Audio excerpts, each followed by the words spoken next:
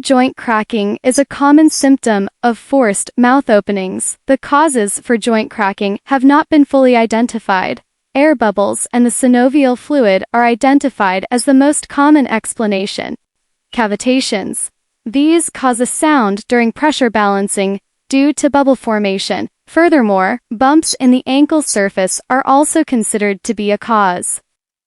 Joint crackles are much less of a problem than generally assumed. The most common argument against finger cracking is that it causes arthritis, but this is not true.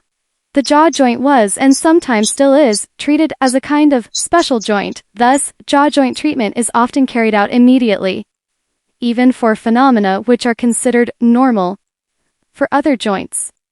This is wrong. If certain changes occur slowly and/or if certain symptoms such as reduced mouth opening have existed for a lifetime, this simply represents a normal variation and does not have to be treated. If changes occur in a short period of time, you should consult a doctor.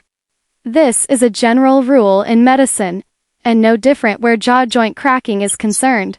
If you have had jaw joint cracking since childhood, it is simply a variation. If you experience a joint ache while chewing or leaving your mouth open for extended periods of time, this means your joint is more sensitive, and adjustments should be made. If you happen to be a person with hypersensitive joints, you have to adjust your lifestyle accordingly. This means no chewing gum or chewing intensive food, such as gummy bears. Furthermore, make your dentist aware of the fact that you will need more breaks. In this context, it should be mentioned that the absence of pain does not automatically mean that everything is in order. This is another general rule of medicine. If jaw joint cracking appeared recently, and you also experience other problems, such as a reduced mouth opening, pain, and/or the feeling that your teeth do not fit together correctly, you should immediately contact a doctor.